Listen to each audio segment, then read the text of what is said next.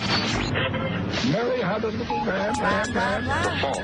We believe that all men are created equal. To the magnificent mosaic that is America. From radio beacon to radio beacon. I have a dream today. Change has come to America. Believe me. Help is on the way. Knock, knock. Who's there? It's a figment of your imagination. Randi Rhodes Show.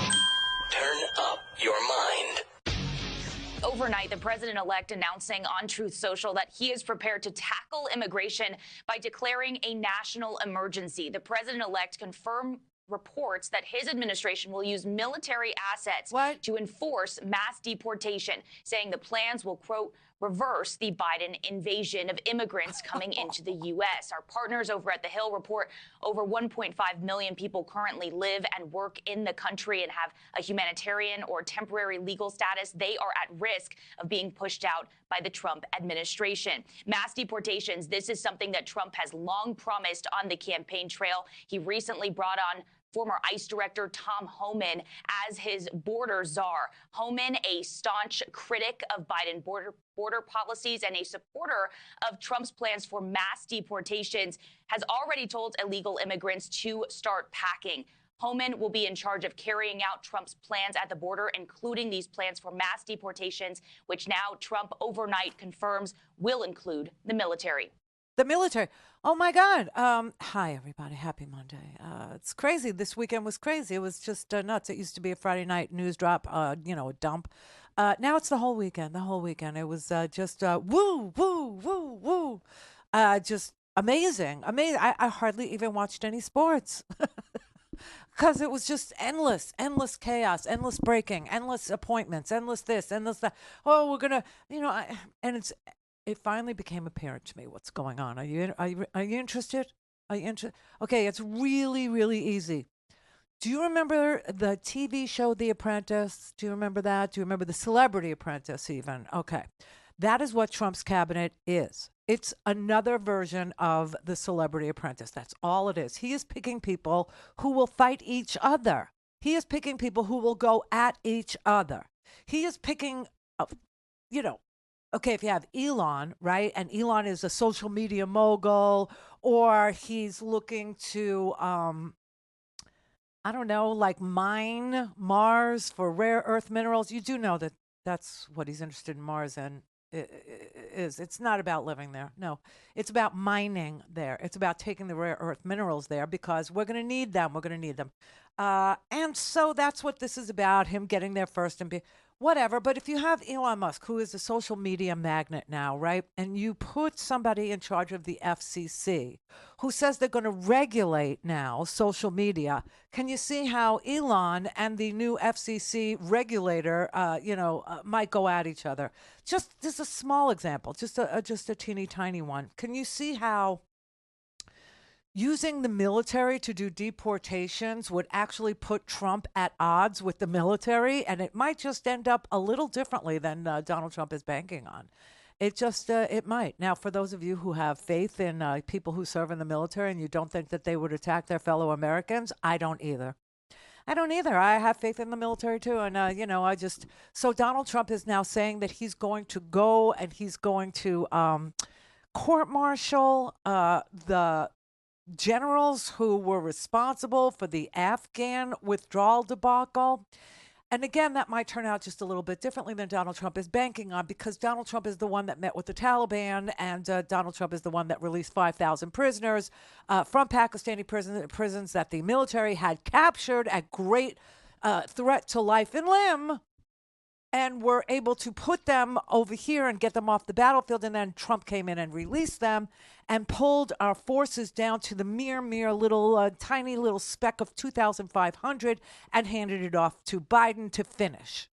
So if you want to blame Biden, well, then you have to blame Trump too, don't you? So this might turn out just a tad, just a touch differently than Donald Trump is banking on. Now, Tom Homan, I have a funny feeling. I know why he's not, been made, the person who's in charge of the Department of Homeland Security. And instead it's, Kristi Noem, everybody, from South Dakota, where, she's being invaded by what? Bears? maybe it's dogs because, she doesn't, she kills them. No, I don't know. I mean, okay, at least she has some executive experience. At least she's run a state, a little tiny one. And she's banned from all of the reservations that make up a good chunk of South Dakota because they hate her. But at least she was an executive of something somewhere. But Holman didn't get that gig. Holman was not nominated because Holman could never pass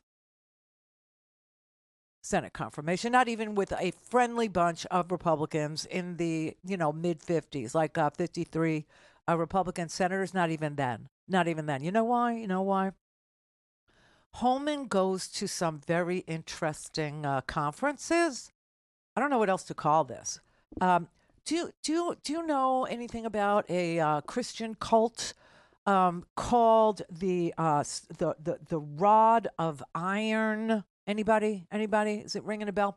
Okay, let me backtrack for you. So there is a newspaper where a lot of the right-wing people get information. It's not real information. It's just things that, double down on their crazy, wacky beliefs. It's called the Washington Examiner, and it's very reassuring for them because they can read in print all this crap that they believe. Well, the person who owns that particular publication is the Reverend Sun Myung Moon of the Moonies fame. And he owns that paper. So he has two sons, two of them. And they sort of split off from the Unification Church, which is the Reverend Sun Myung Moon's Mooney Church. And they formed their own church called the Rod of Iron. The Rod of Iron.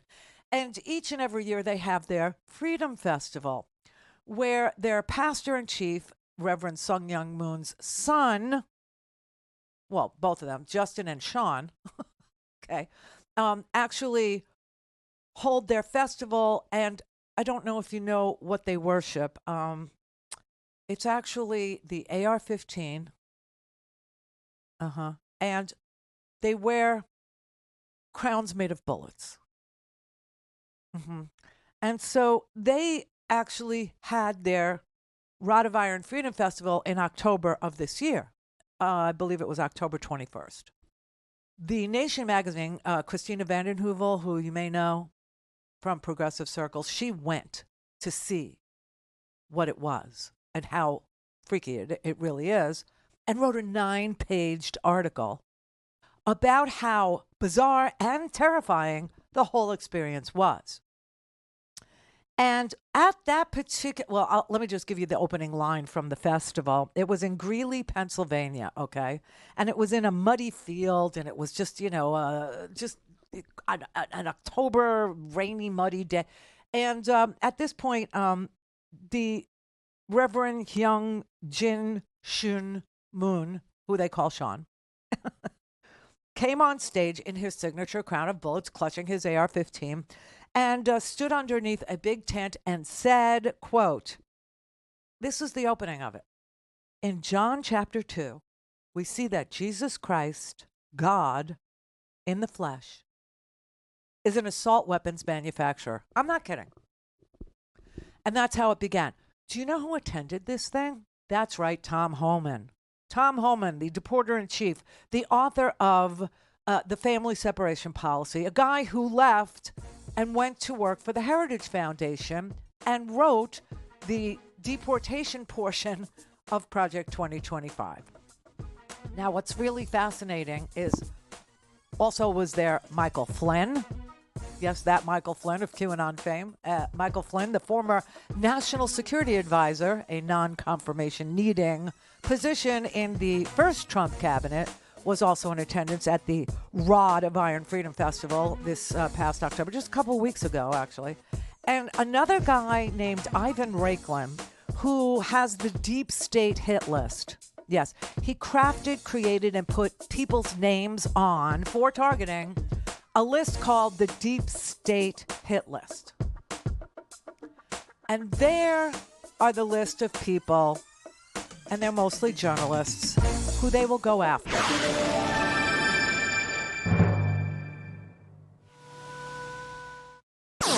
All things Randi at RandiRhodes.com. Go for launch. Speaking truth to power, the Randi Rhodes Show. Oops, I misspoke. I said Washington Examiner. I meant Washington Times. Thank you for calling in and keeping me straight. Appreciate it very much. All right, here's Johnson, Mike Johnson, Little Johnson, Tiny Johnson, Christian Johnson, talking about how he's going to do mass deportations. I take your point when it comes to securing the border and getting rid of, criminals that are undocumented immigrants, but the promise wasn't just to get rid of criminals, it was to get rid of all of the undocumented immigrants. And one of the reasons why their presence in cities is controversial and why Democrats lost ground in the election in places like New York is because of the degree to which these migrants were sapping resources. I can't think of a better term for it, but like they were caring for them was costing a lot of money. And money that cities didn't have. So the promise is really to get rid of all of them. I'm not saying my position on it one way or the other, but it's more than just the criminals we're talking. Well, look, I'm not sure what the specific promise is. I know the president said that he wanted to engage in the largest mass deportation effort probably in history, because that is what is called for. I mean, you admitted yourself that it may be as many as 20 million undocumented persons, illegal aliens in the country. So this is a concern of communities all across America, not just the big cities, but rural areas as well, because they've been sent all over the nation. We need to send a message to people around the world that the open door is now being closed and that we are going to restore law and order. And I think that's what the American people are very hopeful and expecting that we will deliver upon. So, to the Statue of Liberty, you're fired. We're a nation of immigrants. Not anymore. Now we're a nation of Little Johnsons. I don't even know what it is. So he's talking 20 million. He's talking 20 million people deported. The idea that criminals will go first, I mean, he may actually have to empty a few prisons in order to find criminals from, abroad, in order to show people that he's deporting criminals to get the support for this thing, through the roof to get it to, increase. But they're going to go to workplaces. They're going to go to homes. They're going to, and the idea that he's going to use the National Guard to do this, I don't even know if it's the National Guard. He said the military. He said he was going to declare an emergency on Truth Social, which is now the official place for proclamations of our future. And so if this is really a 20 million person effort, well, get ready for the economy to crash, number one. Number two, get ready to pay, $50 for a quart of milk. Yes, milk. The dairy industry is almost completely made whole, whole milk, by immigrants, okay? Who do you think goes out there every morning and every evening and feeds and milks those cows? I mean, there's so much that goes into, plus Donald Trump is talking about import taxes, so we're talking about, what, a $10 avocado now? The price of food is going to go through the roof, and somebody needs to explain this to Robert Kennedy. Somebody needs to explain to Bobby that if he wants everyone to have food that doesn't have antibiotics in it, have food that doesn't have hormones in it, which I'm all for, I would love that. Right now you have to pay extra for that. That's called organic. And I will tell you that small family farms, at the beginning of the organic food awareness in this country, at the beginning of the organic food movement, were actually able to carve their place in farming out from giant agribusiness by doing organic farming, by, hand farming, by not using pesticides, by not using antibiotics, by not using hormones in their cattle, right? So that will now go away too. They will be absorbed, if they haven't already, by giant agribusinesses who will have to then transition into this new way of doing business, which is more expensive and more labor intensive with less labor, because we're going to deport the labor. So welcome to sky high food prices. Now, that said, I have to explain again that what Donald Trump is setting up is a cabinet of apprentices, a cabinet of people who will fight each other to make their ideas the idea that gets adopted by, the American industry or by the American military or by the American, energy companies, whatever. They're going to fight each other. And that's another thing. How does RFK, who wants clean water, so clean that he wants to take the fluoride out of it, okay, how does he combat this new energy secretary who is a hydraulic fracking king? Like, how do those two coexist? Do you know what I'm saying? Like, okay, so over the weekend, you could see already that RFK is, breaking down, trying to find avenues of agreement or, bond with Donald Trump's peeps, because he was on the private jet with Donald Trump and Elon Musk and a whole bunch of other freaks of nature. And Donald Trump made him order and eat McDonald's. Now, I don't know that RFK has ever ordered and eaten at McDonald's before. I highly doubt it. RFK is one of these people who says he's an adventurous eater, okay? He will eat goat. He will eat, bear. He will eat all kinds of wild meats, as we all know. But I've never seen him or heard him, praise McDonald's. Now, how in the world that picture went viral? Because it's a hypocritical picture and it already shows him bending the knee. But how does RFK Jr., with his clean water hopes and dreams, now combat the new energy czar, who is a fracker, who will literally stand there and drink what he claims is fracking fluid to show how safe it is? See, this is what this cabinet is all about. And I think everyone in media is missing it. I really do. I think they're all focusing on what Donald Trump is saying. But he also said infrastructure week every minute of every day. He also said repeal and replace Obamacare every minute of every day. He also said he had a better plan every minute of every day. None of those things were true. None of them were true. Okay. Now, I will say that the deportation crap, he's got to do some. He has to do some. And the idea that he's going to use the military, it just could actually end up being a mess for him personally, a mess for him. Because I don't think the military would obey an order to, capture or attack or point a gun at an American. Like, people are going to go, well, he uses the National Guard now at the border. Yes, to do logistics. Okay, that's what the National Guard does at the border. They don't do enforcement, okay? They're not patrolling. They're not doing any of that stuff. They help with administrative tasks, okay? That's kind of what they do.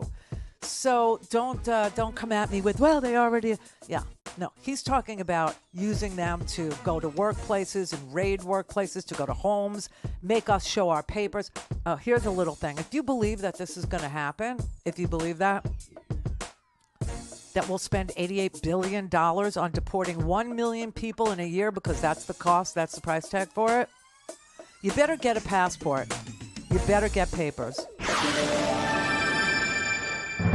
Call in, connect. To speak to Randi, call 561-270-3844. 561-270-3844. All right, 33 after. So, we have a thing in this country. It's called due process, and you're not supposed to arrest people and then punish them, like be the judge, the jury, and the executioner without due process. And that's going to be like a problem if, we are continuing on as a republic. If we're continuing on as a constitutional republic, if we're going to continue as a democracy, then due process must actually occur. And I don't believe that Donald Trump is building due process into his deportation unless what he plans to do is send Tom Homan and the American military to your house to show your papers or to workplaces and do these mass raids and stuff like that, and then house these people in camps pending due process, and then deporting them after that. But like I said, you're going to see, an increase in the price of milk. You're going to see vegetable. I mean, most of the stuff we get is from California. The dairy is, the Midwestern states. the cheeses and, the deliciousness of the world. Apples are from, New York and areas around there.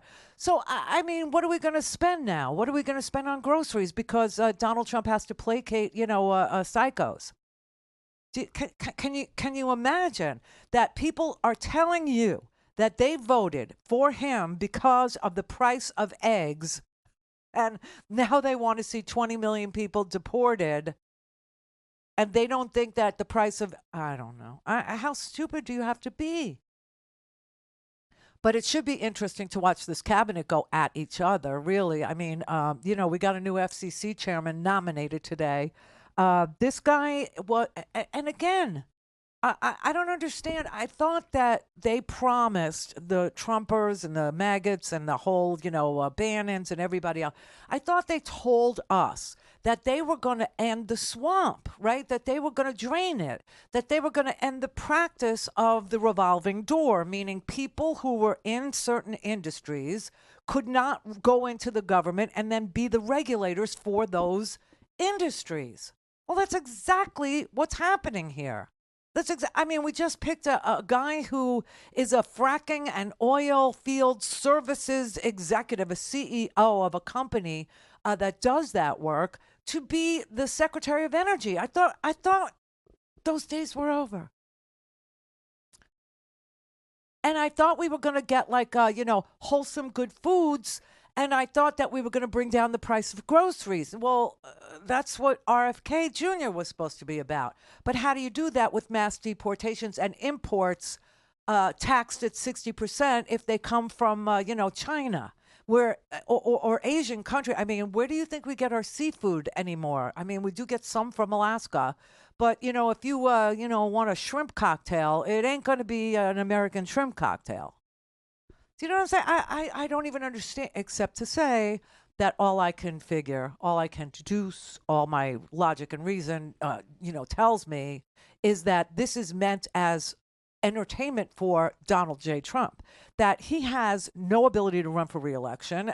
He doesn't really care about us. He never did. Cares about himself.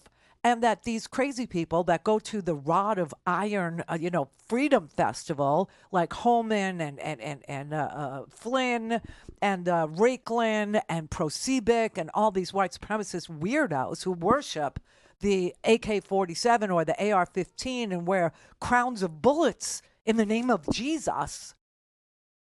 And their congregation is a bunch of people from Pennsylvania who wear MAGA hats, really. It was like a sea of red hats, according to Christina Vanden Heuvel, who went. And then at the end, they burn a pyre. At the end, they start a bonfire. They rope it off with like yellow crime tape. It's very strange. And then they light their pyre and they just spontaneously know to sing Amazing Grace. And then after the song is concluded, and I guess they only do the first verse, they all go silent. And she said the silence was the creepiest part of the whole Fiesta Bowl of freaks. It was the silence that got her, and that they all then lifted their eyes and looked at the roped off section that was roped off for journalists to attend, right? And she said the stares that she was getting from people were like just like piercing her, going right through her like Children of the Damned or, Go to the Cornfield, that that Twilight Zone episode, with what's his face, the little kid. Go to the cornfield. You're a bad, bad man. And she said that was the creepiest part. And somebody came up to her and said, is it always like this? And they said, oh, well, yeah, we were going to ask if you wanted to leave because they hate the press, these people, because you're the enemy of the people. Well, if the press is the enemy of the people and Raiklan is at one of these events and Holman is at one of these events and Prosebic is at one of these events, they're not just at one, okay? But they hate the media, and they've declared that the media is the enemy of the people. Who do you think is on this list, his deep state hit list? That's right. It's mostly journalists. It's mostly journalists. I mean, I pulled like two different. Well, there's a million articles about it. There's a Rolling Stone, there's a Nation magazine, there's this one here in Wired, which isn't political at all, wired.com, I mean, it's just, it's it's such a coven at this point of people who are armed and are white supremacists and sex pests. You know, it just seems like these are the people that he has chosen to do battle in front of him in this cabinet situation. And they're all blackmailable because they're all sex pests. They're all weird. They all worship violence. They all have an affinity for, like assault weapons and stuff like this. And they would like permission to attack their own neighbors. They would. And it's just the strangest group ever assembled for a presidential cabinet that you've ever experienced, right? I mean, doesn't everybody, every time he announces somebody, don't you just like sit there and freak out and go, oh my God, how low are we gonna go? Oh, we're going there. We're going way, way there. I mean, when you could have people who attend Rod of Iron Freedom festivals welcomed into the administration, then there's no decency. There's no shred of anything. It's not even loyalty. It's fealty, which is what I was saying last week. And then I, thank God, heard it repeated on CNN. But, if Donald Trump is serious about declaring, an emergency or using the Insurrection Act on day one, and his, speech on January 20th is to say the deportations have begun and the military has been deployed inside the United States, I'm declaring, that we're going to use the Insurrection Act, then my friend Victor in Oregon owes me at least $5 because we have a $10 bet. Remember that? And the $10 bet was, I said that they were going to pull a news organization's license and use insurrection.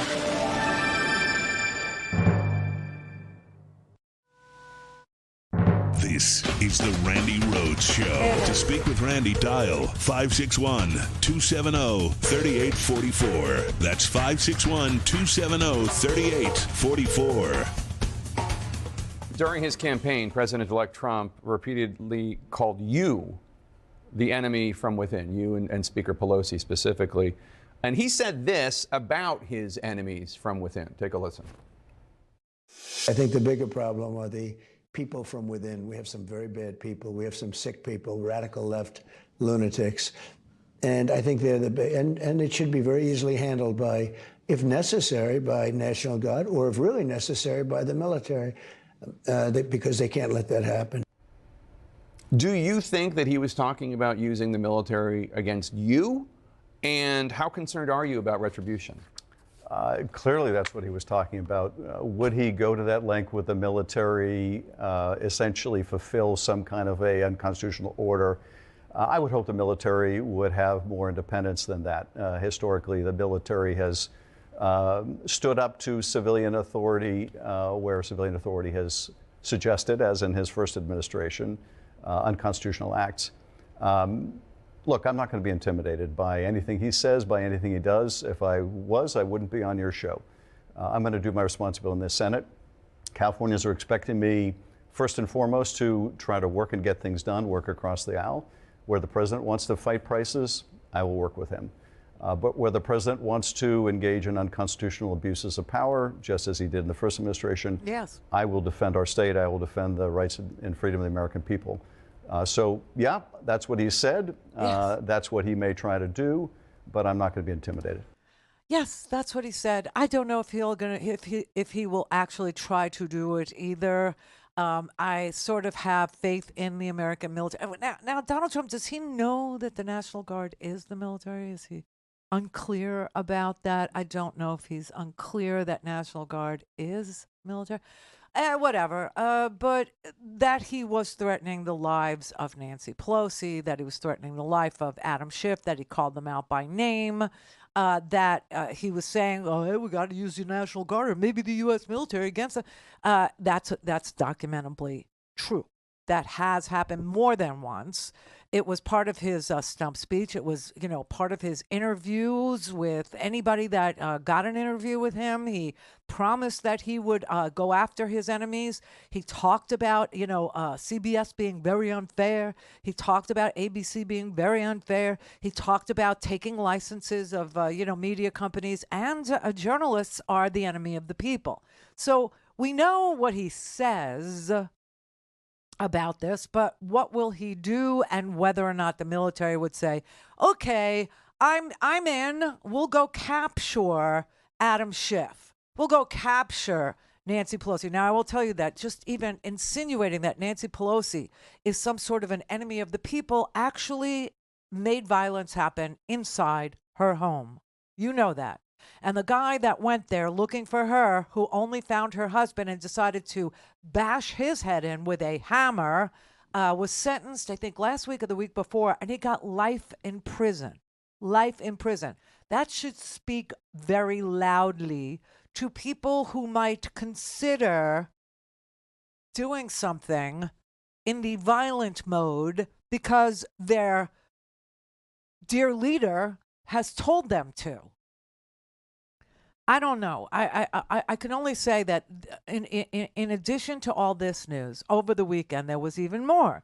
One of the things that just was incredible was the idea that Donald Trump said that he is going to convene courts martials for anybody who was involved in the Afghanistan withdrawal, because 13 American soldiers lost their lives at Abbey Gate at the hands of a terrorist, who might have been somebody Donald Trump let out of a Pakistani prison as he was making his deal with the Taliban while he was leaving office. Now, I don't know if that could actually occur, or, but just the suggestion that he would court-martial 4-stars or colonels or lieutenant colonels, at the very top of the chain of command for executing on an order to withdraw from Afghanistan and end it.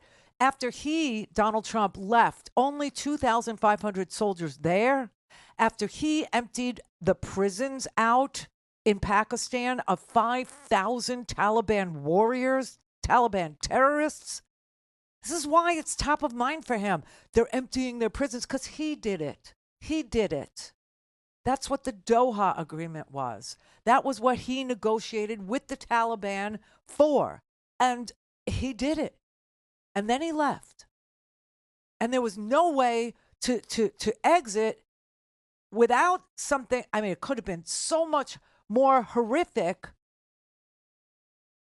and it could have been less horrific, but the less horrific option required that we put more troops into Afghanistan. More people had to be deployed there. And Biden had a decision to make, and he said, we're going to get out as safely as we can. And you know what they always leave out? 170 Afghans lost their lives that day, too. Thanks to Donald. Thanks to the Donald, who was our commander-in-chief, the Donald, from reality TV fame. And now they're talking about court-martialing, 4-stars and everything. So Tom Nichols, who I told you I love Tom Nichols, he writes it for The Atlantic, but what I did not know was that he also teaches at the War College. And MSNBC actually asked him, what does it mean to the military that he's threatening court-martials of top officials? We're going to begin with the Trump transition team's plan to potentially courts-martial U.S. officers involved in the Afghanistan pullout. Independent reviews have put blame on both the Trump and Biden administrations for the withdrawal. So is this all about revenge, or is there any necessary military justice protocol to find people responsible for those 13 American service members who were killed? No, there isn't. And we really have to drop the narrative that somehow this is about Afghanistan. It has nothing to do with Afghanistan. This is Trump firing a shot over the heads of senior officers, telling them that they, from now on, loyalty to the Constitution is not their oath, that from now on it's loyalty to him.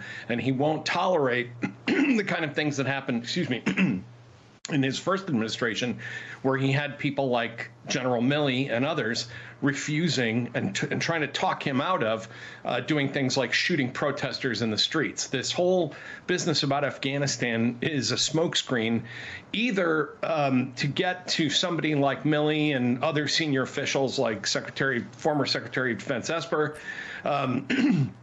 or it's merely just a kind of head fake to put some fear into the senior officers of the Defense Department, even if it doesn't come to fruition that these trials happen.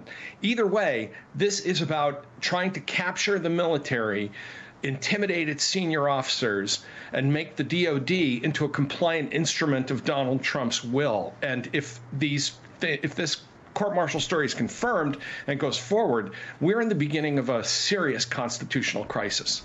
You're damn right we are. I can't even believe that, he's even head faking that kind of, talk. But that's who he is. I mean, he's a gross garbage human being, as we all know. So, I mean, the Insurrection Act, okay? It's the Insurrection Act of 1798. And then we also have posse comitatus, okay, which says that the American military can't be used on American soil against American civilians. So we would have all of the Insurrection Act, by the way, is something that you use in a time of war, And so Donald Trump will be declaring that the American people are his enemy. Is that what or that immigrants are the enemy, or that journalists are the enemy for real, that they are really an enemy, and that he's a wartime president, but he's at war with us. He's at war with me. He's at war with, ABC and CBS, and he's at war with immigrants. He's at war with, people who are lettuce pickers. I mean, really, because that is a wartime declaration. That is a declaration when you use the Insurrection Act. I think this is what they used to intern Japanese during World War II. But this is not World War II. This is not World War I. It's not even World War III. And I know people are like, what about World War III? You're freaking kidding me, right? Well, Biden said, what did Biden say? He said that they could use long-range weapons and that they were going to, Ukraine, Zelensky can now take shots at Moscow. Not even close. Not even in the vicinity, okay? Putin has globalized this invasion of Ukraine by putting 10,000 elite North Korean troops in Kursk, okay? Because Putin wants to take as much land as he can take before Donald Trump makes him call a truce or whatever he's going to do. Those missiles can't go further than that.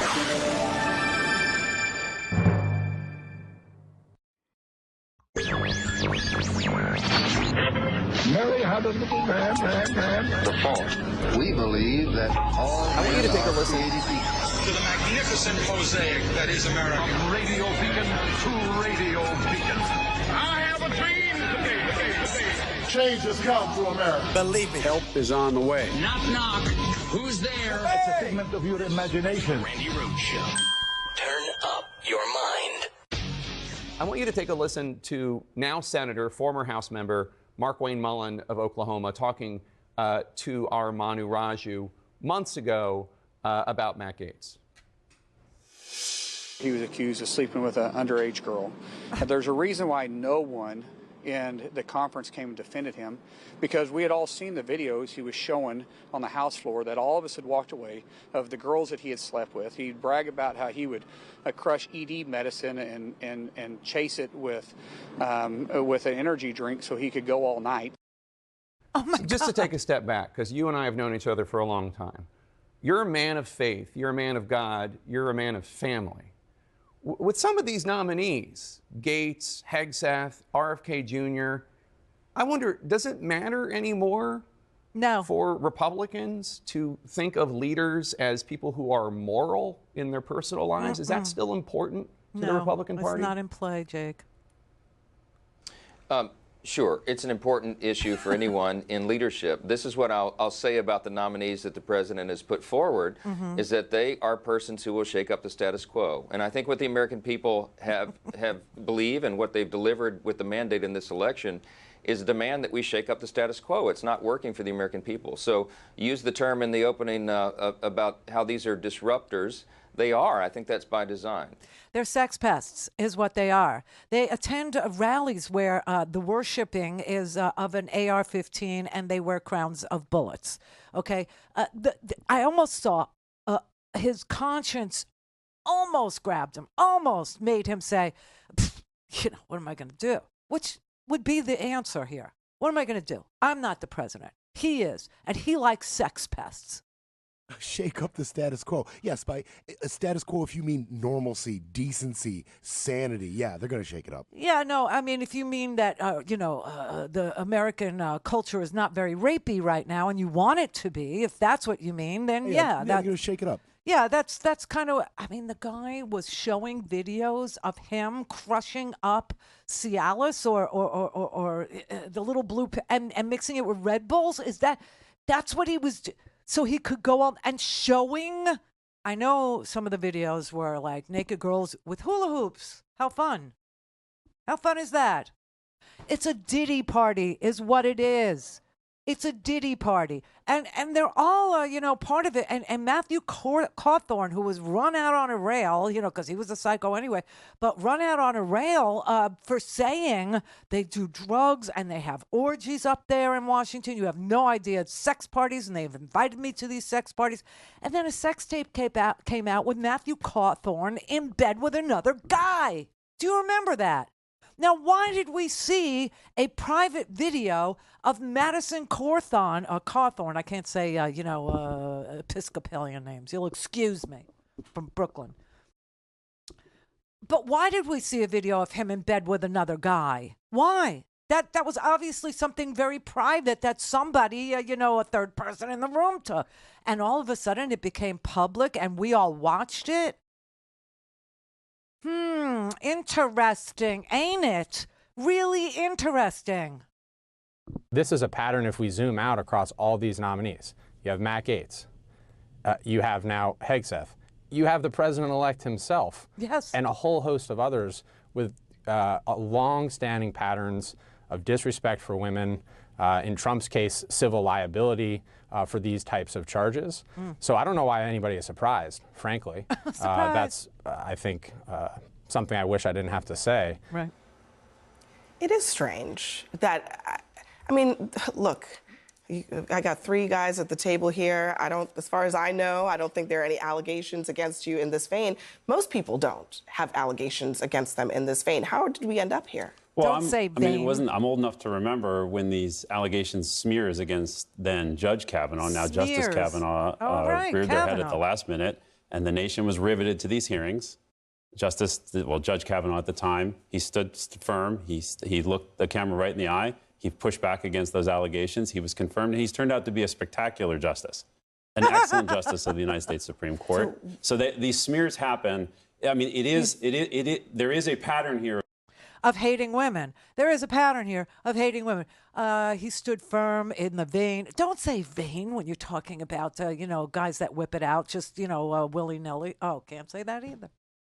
See, everything becomes a double entendre now, because we're talking about men and their ED medicines combined with Red Bull. Kavanaugh, we forgot about Kavanaugh. Now, here's an interesting little factoid. When Kavanaugh was being confirmed, and you remember Christine Blasey Ford and other women came forward to discuss his rapey little nature and his disrespect for women and the word no and the privacy of a woman's person and the protection thereof. Not a care in the world about any of that. Now he sits on the highest court in the land, overturning 50 years of precedent that deprives women of their own physical autonomy, that deprives women of their own bodily rights, right? Okay, so that makes perfect sense to me. But did you know that there were, thousands of tips that came in during the Kavanaugh hearings from women, and that there were some that put their name out there as being women who were there and saw this or experienced that and wanted the FBI to investigate? wanted to talk to them and give evidence to the Federal Bureau of Investigation. And in the end, we found out that all those calls were rerouted to the White House to be disposed of. And there was no investigation into Kavanaugh. There was none. And this explains why Donald Trump is picking some of the weirdest, fealty, hitting the knee, kissing the ring types to be at the FBI, to be in charge of the Department of Justice. I mean, you know, it's an amazing thing. And if it gets a little dicey or what, they're all blackmailable. Every last one of them. There's videos of all of them doing all kinds of, ridiculously grotesque things with underage women, with women who have said no. Hedgeseth, there's a story about him now that he was accused of assaulting a woman, I think when she was asleep. Now, I don't know if she was passed out, whatever. She accused him in Monterey, California. Monterey, California said they investigated. There is no there, so they didn't charge Hedgeseth. However, Hedgeseth's attorney, try saying that 3 times fast, Hedgeseth's attorney said that he did pay a woman to sign a non-disclosure agreement. Why would you do that? Sex pests, all of them, assaulters. Maybe. But each and every person that Donald Trump picks has this kind of a background, has this kind of a reputation at the very least, and is somebody that is despised by their own outfit. I mean, Hedgeseth has been drummed out of the military. He was told, that he was, he needed to stand down. He was not going to be included in a group of people from the military who were going to guard the inaugural of Joe Biden. And one of his, fellow National Guardsmen reported him as being an insider threat because he's tattooed himself in symbols that have been co-opted by white supremacists, and also, appears on Fox News. He's a weekend host on Fox News, and is, so pro-Trump that they just didn't even want him on the detail. And so they told him, you're not wanted here. You're not needed here. Stand down. This pissed him off so bad at his military, his beloved military, that the idea that he would be in charge of the military with this vendetta against the military speaks volumes.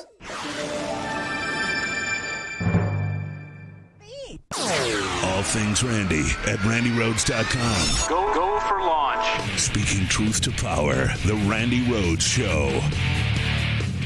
How much would the advancement of Pete Hegseth moving into head of the DOD, how would that facilitate what you're talking about, the potential constitutional crisis? Oh, it would be perfect because Hegseth has no idea what he's doing. He has his own dirty laundry that he doesn't want to come out, as you're seeing now in the reporting about his background. And he would be perfectly happy to do whatever Donald Trump tells him to do. This would not be a Secretary of Defense, again, who observes his oath to the Constitution or protects and takes care of the people under his stewardship, both civilian and military. If Donald Trump says, fire up some court martials and go after some people that made me angry 4 years ago, he's going to do it. And that's partly why Donald Trump has chosen these people, because he knows that they'll do it. And the 3 most important, if you're going to undermine a democracy, the 3 most important departments you need to capture are justice, defense, and the intelligence community. And he has put know-nothing loyalists into all of them, or is trying to. Yeah, I mean, the scariest one for me is Tulsi. I mean, that is frightening. Hedgeseth, obviously, not just the sex pest story, not just that, he admits that he did pay a woman to sign a non-disclosure agreement, not just because they all have that blackmailable sex thing that's floating around somewhere out there. And it's not just that, okay? It really isn't just that. It's all of it. It's that It's that there are people who will betray the United States for Donald Trump. It's that people there are people who are not loyal to the United States. They think that the United States is full of killers. You know what I mean? It's just it's so insane. But they're all at odds with each other. They're all going to fight each other. But Hegseth, especially in charge of the Department of Defense, he has a grievance. I mean, he has an axe to grind with the military, because the military identified him as an insider threat, and he kind of quit because he didn't want to be part of it anymore. And he didn't want to be part of it anymore because they took him off of a detail where he was going to guard Joe Biden at the inaugural. And ever since then, like in 2021, he said he was done with the military. He didn't want to have anything to do with them anymore. And now they're going to name him Secretary of Defense? What could go wrong? Okay, Tulsi Gabbard. She thinks that the United States of America are full of warmongers. She thinks that America only exists to declare war all over the world, and she wants to see the aloha spirit, the spirit of respect. She's actually said this. She wants to see the aloha spirit, permeate the American government. So what does that mean? What does that mean to her?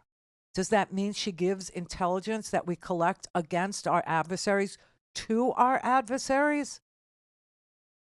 Does she think that and she's also, part of a fringy religious group too. It's an offshoot of the Hare Krishnas. And she's got a thing against Muslims because she's Hindu. And she really does make no bones about it. So I don't know exactly what she would do with the intelligence that's collected around the world, and whether or not she would think that the President of the United States, this is what the DNI does. The DNI, as you know, is a created thing that W created. These shrink the government people, these people that always want to make government smaller, get government off you, they have this nasty little habit of making government bigger, making government larger. W created the Department of Homeland Security. We didn't have a fatherland. We didn't have a Department of Homeland Security, Homeland. We didn't have that. And we also didn't have a DNI. We didn't have a Director of National Intelligence. We didn't. We had 16 intelligence agencies, but he created a brand new one, and this is the one Tulsi Gabbard is going to be in charge of. And it turns out that she is responsible, would be, for providing the president with his presidential daily briefing. The key that unlocks the golden door of intelligence. Everything that a president of the United States needs to know each and every day. This is something Jared Kushner wanted in on. That's how valuable a document it is. And remember, Jared Kushner was not qualified. He did not pass the test to get a security clearance. Why? Because he was $6 billion in debt. And you don't want people who owe that much money or any kind of unbelievable, overwhelming amount of money to anybody being in charge of our intelligence, because they might sell it. And that's what Donald Trump intends to do with it. And Tulsi just might be the perfect one. I'm not alone in thinking this. She would do it because of ideological reasons, thinking she was keeping peace in the world. Her and she alone could keep the peace. But Donald Trump obviously sits there in front of adversaries, sits there in front of strangers, sits there and uses our intelligence as a bragging tool and shows it to people at a table at Magaloco, really rich people. And now Susie Wiles, who was at that table when he was showing the documents that were clearly the invasion for Iran plan, should Iran, attack us, she's now the chief of staff at the White House, in charge of everything that, every person that comes and goes from the White House, every document that is passed to the president. And Tulsi would be in charge of all the intel that goes to the president. Why don't you think Tulsi Gabbard is qualified for the job? Well, because she's not qualified, because she has no background in any of this. She has no background in the intelligence community. She's never managed anything. These are gigantic bureaucracies that require at least some executive chops. She has no experience with the intelligence community, and she's a risk because her views would normally disqualify her from this kind of job, this kind of top clearance. I mean, it's, you know, I keep saying, as a former federal employee, we had to sit through insider threat training every year to talk, where they talked about, you know, are there people who have grudges against the U.S. government, who seem overly friendly to foreign government, who have foreign contacts that seem shady, and so on. And as I wrote in the piece, Gabbard is like this walking Christmas tree of warning lights. But I suspect that's another reason that Trump is putting her in there, to say to the intelligence community, you will not have a director who has your back. You will not have a director who will obey the Constitution and protect the national security of the United States. You have a director of national intelligence who answers to me and will give me whatever I want. And you're all on notice about that. And it's the same message he's sending to justice and defense. I mean, it's just, it is the beginning of an attempt to be an authoritarian. I don't know how else to, you know, I mean, he doesn't respect our government. He doesn't respect anybody. Anybody.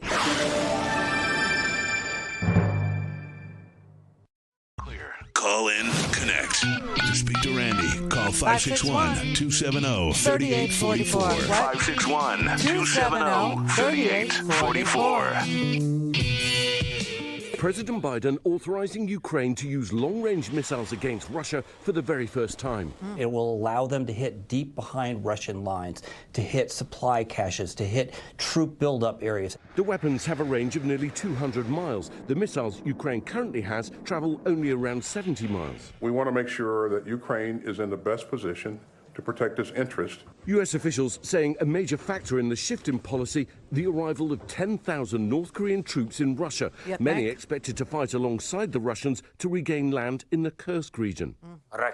President Zelensky saying the missiles will speak for themselves, without a doubt. This as Russia launched one of its largest attacks against Ukraine this year, unleashing more than 200 drones and missiles across the country Sunday. Videos circulating online showing the exact moment missiles landed in Rivne. The Russian assault targeting energy infrastructure, causing blackouts in several regions and killing at least 7 civilians. And overnight, a devastating Russian missile attack striking an apartment building in Sumy, killing 11 and injuring nearly 90 children among the dead and wounded. Russia deliberately targeting Ukraine's energy infrastructure as the winter months set in. In Odessa, where water supplies have been shut off, long lines forming in the bitter cold for emergency supplies, carrying home what they can on foot. Well, the Kremlin responding just now, saying the US is adding fuel to the fire and escalating tensions. Putin already warning that this would mean the US and others would be directly involved in the war. But it seems likely that these missiles may only be used in the border region just for now. Right. Now, why don't people hear that it's just for the border region, that it's just for troop staging areas where 10,000 elite North Korean troops are getting ready to invade the Kursk region of Ukraine? How come people just don't pay attention to the deets? What is the deal with not paying attention to details and just going, oh my God, Biden's going to start World War III. We have to get Trump in there. Don't you understand that Putin actually globalized this thing when he invited Kim Jong-un, Donald Trump's boyfriend? They fell in love, he said. Kim Jong-un's troops to go into Ukraine at the behest of Russia? Putin is the one who globalized this. Putin is the one that made this into a regional. I mean, North Korea is not in Europe. Go look at your maps, everybody. And understand now he's dragged in a whole other continent. Jesus. And what is Ukraine supposed to do? We have told them they cannot cross into Russian territory with our weapons repeatedly for 3 freaking years. 3 years.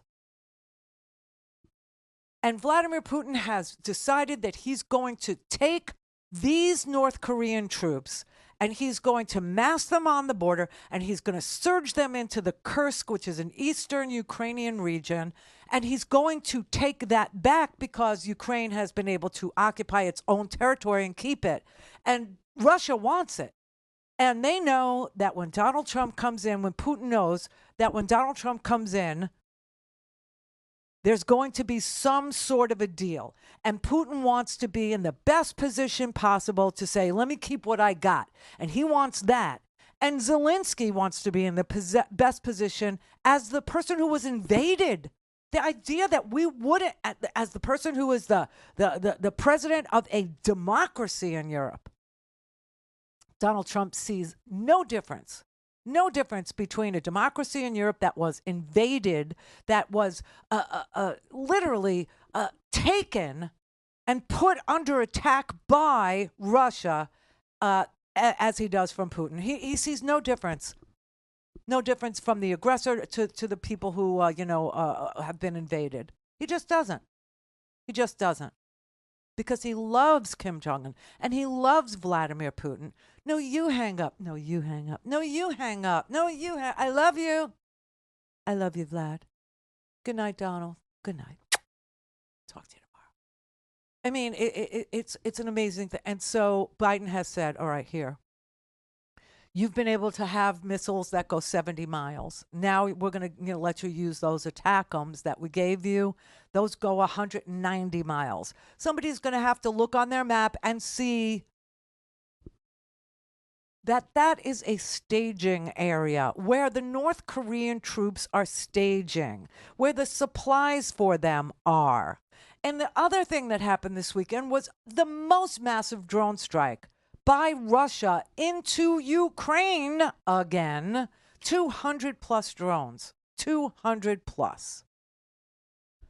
But we don't talk about any of that. No. We only talk about Biden's going to start World War III.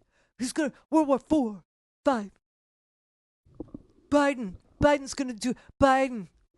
Donald Trump will make world peace. World peace. Are you freaking kidding me? This is crazy. This is literally madness. North Korean troops in Ukraine now? I just it stuns me, and of course they can't go to Moscow. Joe Biden put limits on the use of these ATACMS. The ATACMS, like I said, they can go 190 miles. They're very precise, right? And they can be directed at the supplies for these North Korean troops and at the staging areas for these North Korean troops, and they need to be. So that's it. That's the whole shebang there. And the people. I mean, that's the most detailed report that there was to play for you. But people who are responding to it, I swear to God, they don't listen. They just don't listen.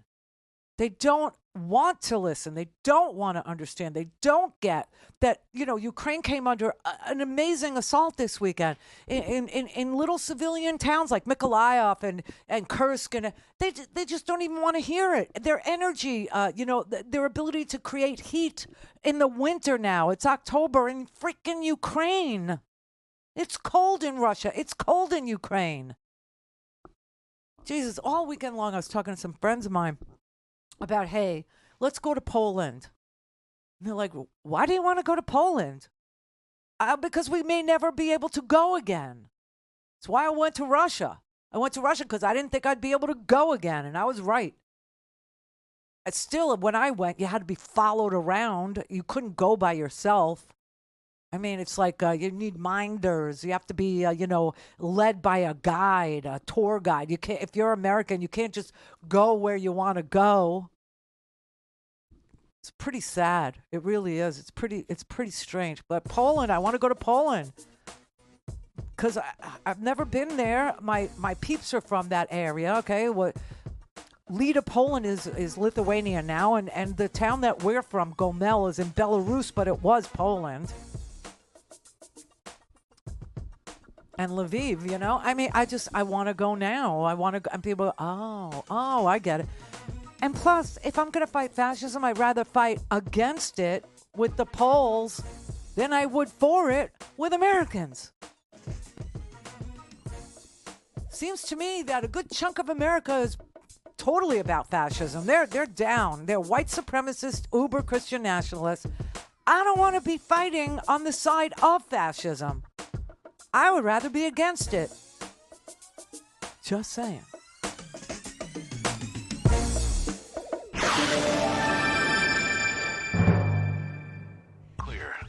This is the Randi Rhodes Show. To speak with Randi, dial 561-270-3844. That's 561-270-3844. All righty. 47 after. Victor in Oregon. Hey, Randi Rhodes. Victor. Queen of the airwaves. You owe me $5. Nothing's happened yet. Well, it's gonna. Well, I just want to say, if Trump calls out the National Guard or the military to round up 15 million Hispanics, there's no way. The problem is there's no way to prove if they're citizens or not, because they don't carry around a birth certificate, and anyone can get a driver's license. So they're going to have to build detention centers, and probably about 1,000 of them they're going to need. That's going to cost hundreds of billions of dollars. And then on top of that, if he succeeds in deporting 15 or 20 million Hispanics, there goes the economy.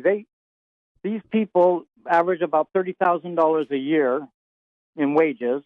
And what do you think is going to happen? $500 billion to $800 billion disappears from the economy. Yeah, and they pay taxes too, you know.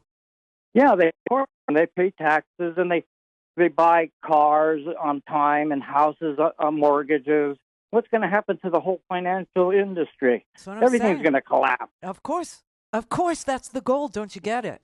And we won't have any government. How can that be the goal? How can that be the goal? Because they're not loyal to us. They're loyal to a giant cosmology, okay? They don't think that there are nations. They don't think that there are peoples. They only think that there are petrodollars, shekels, and, Bitcoin. That's it. That is what they're loyal to. And if the dollar stops being the reserve currency of the world, there's room for... monetary unit. Yeah. Yes. Then there's room for crypto to take its place. And this is what the oligarchy is all about. Yeah, but crypto can be manipulated so easily. No one's going to take crypto. I mean, of course. Well, I don't see, the point is, I don't think the American people are just going to put up with that. Well, for one thing, any decision he makes, it's going to go to court. They're going to sue like hell. Yeah, and who's on the court? Who's there? I know. Right, 6-3. Well, I still think that they in the end they will follow the Constitution. I think.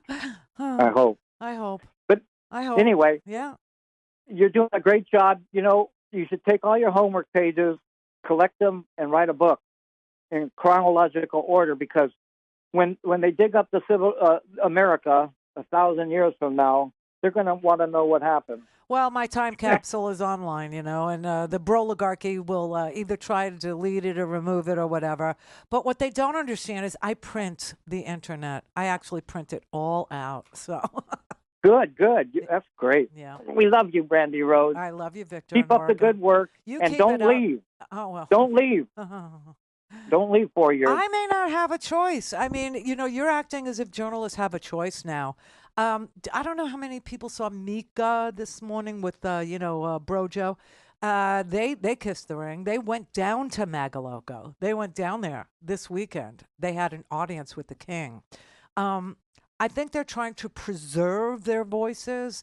People like me, I mean, if show business or if the news, let's just say it this way. If it's a totem pole, then I am literally where the dog lifts its leg. And I make no bones about my space, okay, and my position in the hierarchy of media, of media. But I can tell you right now, they're going after not-for-profits. They're going after nonprofit organizations. There was a frightening newspaper article. I have to send it to people who will be affected by it, just in case they're not prepared. They need to get prepared, because in this Congress, this one that we have now, they introduced a piece of legislation that would use the IRS to go after enemies. Now, you may say, how do they do that? And just assume that they're going to audit me or audit somebody at ABC or NBC and just, make their lives inconvenient or whatever. No. There are organizations like PBS, NPR, for those who love NPR, and I know a lot of people, we share a very large audience. Pacifica Radio Network, us, we're not, I'm not, but I broadcast on free speech. Free speech is a nonprofit. It's an org, okay? And there was a piece of legislation that was introduced on Wednesday. It failed only because procedurally it needed a 2/3 majority. Because of the way that they introduced it. I don't want to get into the weeds. It's, we have very little time here. But anyway, suffice it to say, it didn't make it, but it did get 52 votes. It did. And what was it? It was to take away nonprofit status from people that report news if Trump or if the government thinks that they're biased one way or another. And that is something that is going to happen in the next Congress. And, nonprofit organizations like PBS, like NPR, like the CBP, the broadcasters, it's the Center for the Broadcasting Community, which is a not-for-profit. They're all going to have their tax-exempt status revoked. I don't know how many of these organizations are prepared to be commercial organizations, to pay taxes. I don't know how agile they are. Will they be able to shift from a donor model or from an institutional model where the government gives a large portion of the funding and then they make up the difference from donors and institutional organizations, charitable organizations, philanthropy, things like that. The Gates Foundation, you see it on PBS, right? And I'll tell you, who contributed to make this show possible. That's the way it is now. But what if it ended? What if it ended? Will they have salespeople? Would they have clients lined up? Would they be able to go full throttle commercial to pay their bills? I don't know. But that day is coming. And also today in the homework, there's a really good. It's from The Guardian, which is a UK not-for-profit. It's donor supported too, but they're not here, which is good for them. But there's an article called "How to Survive the Broligarchy: 20 Lessons for the Post-Truth World," and the second item in Caldweller's list of things that we need to prepare ourselves to do is to know that journalists are first. Journalists will go first, but everyone else is next, right? And so she says Trump has announced multi-billion-dollar lawsuits against the enemy camp. Newspapers, publishers, his proposed FBI director. Do you know who that is, right? That's Kash Patel. Crazy Kash Patel. Yeah. His proposed FBI director is on record as wanting to prosecute certain journalists, certain publishers, certain writers, academics, and they're always in the first wave. Then they come for the doctors, right? Doctors that want to vaccinate you. And teachers, they're teaching history. And, the libs of TikTok. Look what's going on in the classrooms. They're teaching, Donald Trump says, you send your child to school as a boy, and your child comes home a girl. What an amazing recovery. Whoever the doctor is that actually could make a boy recover from, being a boy in the morning and a girl in the afternoon, it's miraculous, really. I mean, that person should not be fired. But that is a non-existent issue. That does not happen. Seriously, it doesn't. It's made up. It's fantasy. But they come after the doctors, and they come after the teachers. Then they come after the accountants, because the accountants are the people that know where all the bodies are buried. See? And so authoritarianism is very predictable. And she said, just know journalists will go first. Okay? And it's in the name of Muskism. Elon Musk wants to be the propaganda master of the universe. So here's what you got here. You've got McCarthyism basically on steroids, right? You've got Elon Musk plus political persecution of journalists and doctors and teachers and academics, okay? Plus Trump, plus the tools that Silicon Valley has for surveillance. Now, I told you, people used to ask me, how did they know where all the Jews were, in Poland? Like, how did they round them all up and put them into ghettos? How did they know? IBM data punch cards, okay? That's how they knew. Now, your phone helps them do their little witch hunt. This is the dawn of the new age of political witch hunt, where burning people at the stake meets data harvesting and online mobs. Now, you've already seen those two things, but the harvesting is used, as far as you know, to target you for ads, to make you buy crap. But what if it's now used to locate you?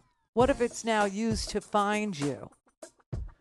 It'd be very easy. And if it sounds scary, it's because it is.